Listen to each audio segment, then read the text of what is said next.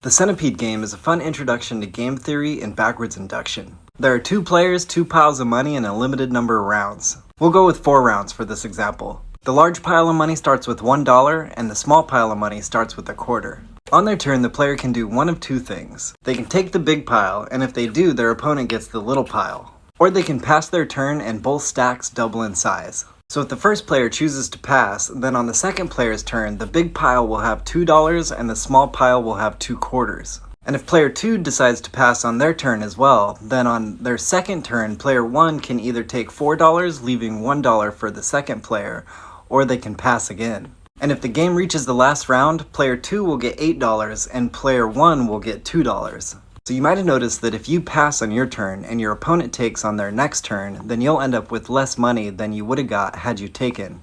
So then it's in the first player's interest to take the pot on the second to last round because that's the option that ends up with them winning the most money.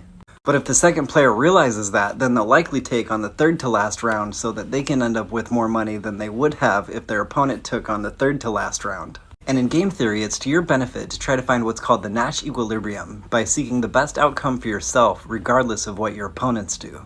And in this case, if you think through the game using backward induction, the best move is for the first player to take on their first turn. But a bunch of studies like this one show that people generally don't exhibit perfect play. Instead, they show partial cooperation by passing for a turn or several turns. But it's also rare that players will cooperate the whole game by passing to the very end. So what do you think you should do? Thank you for watching. Me and my community here are getting super close to meeting this goal for the fundraiser to help save Amir and his family. And if you'd like to help, I'd appreciate it. Thank you.